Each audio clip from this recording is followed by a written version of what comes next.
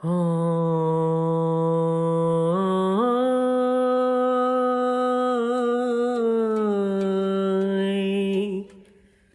ai về miền đất phương Nam cho tôi nhắn gửi,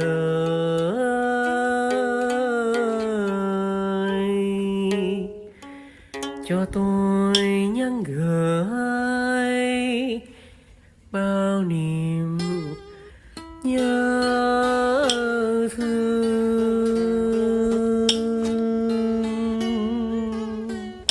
The folk chant you just heard is a traditional melody of the Mekong Delta. They tell the story of people living in harmony with nature, a grateful letter to rice field, river, and the land. It also reflects the darker day when storm, flood, and drought invade the delta. The chant is the lullaby in the form of timeless story of resilience, telling how people endure and overcome hardship. Now, let's join me on the journey down the Mekong River, stopping at each fertile land to seek an answer. Is there a livelihood that can both sustain people and protect nature in the face of climate change? From Kantha City, I headed north to Domta, the land of thousand lotus. After 2 hours across endless rice field, I found the Jamchim National Park, more than 7,000 hectares of tea tree forest, home to over 200 bird kinds, including the rare and graceful red crown crane. I heard the cheers of farmers echoing from afar when the grain returned. For them, it was a living sign of healthy soil and a well-preserved ecosystem. Their love for the grain ran deep, so much so that Uncle Phong, a local farmer, built his own grain rice field. Farming without pesticide or organic fertilizer, so the bird could safely hunt. His motto not only increased rice yield, but also restore the soil, welcome thousands of grain that land from the Jamchi forest each year. On Uncle Phong's small boat, I feel a spark of hope. Maybe this is what we need. Introduce more innovation that can balance the environment and livelihood near the important wildlife and natural side. But the number pulled me back to the reality. Only 4 out of 698 villages follow this model. The question lingers.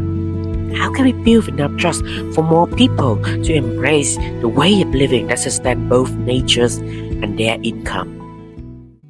Did you ever think how is a day in the life of people living in one of the regions with the highest biodiversity in the world? What challenges they face? Welcome to the Delta. Each morning we prepare our little boat breathing in the fresh air.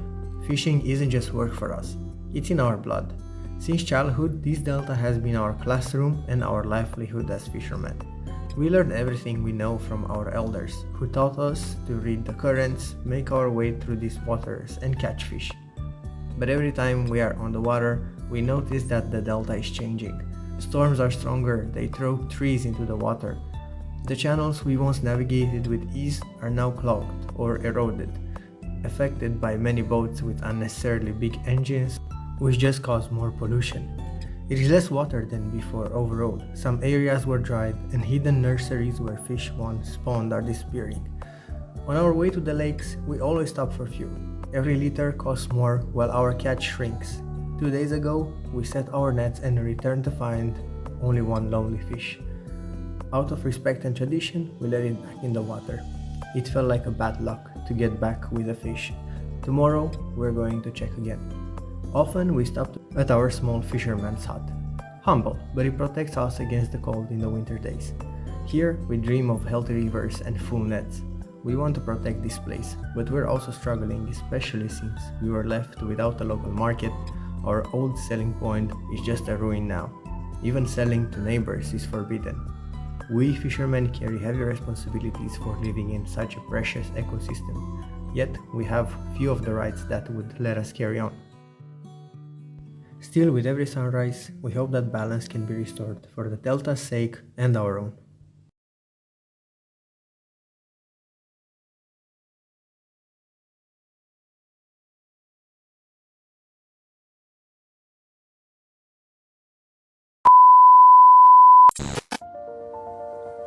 On this journey, I didn't find just one answer. I found many, You see, the Danube Delta is as much about people as it is about plants and animals. Organic rice for the grains, stream rice under mangroves, forest replanted so bird can return. People of all ages, all colors, and all occupations. Each solution is a story of people living with natures, overcoming hardship and showing their love for the wildlife of the Mekong Delta. People with many stories that make you feel like home. These stories are like the folk song of the Delta. They may begin with struggle, pass through dark chapters, and carry moments of doubt, but they also waver in joys, hope, and visions of the futures. They are the Delta. Our generation's task is not only to listen to these songs, but to sing them louder, amplify them and carry them further, to share them with friends around the world, pass them on to the next generation, to bring the voice of the Delta to city and to the global stage, so that the silent guardian of the land can be seen, so that the world nowadays is a way to live in harmony with nature.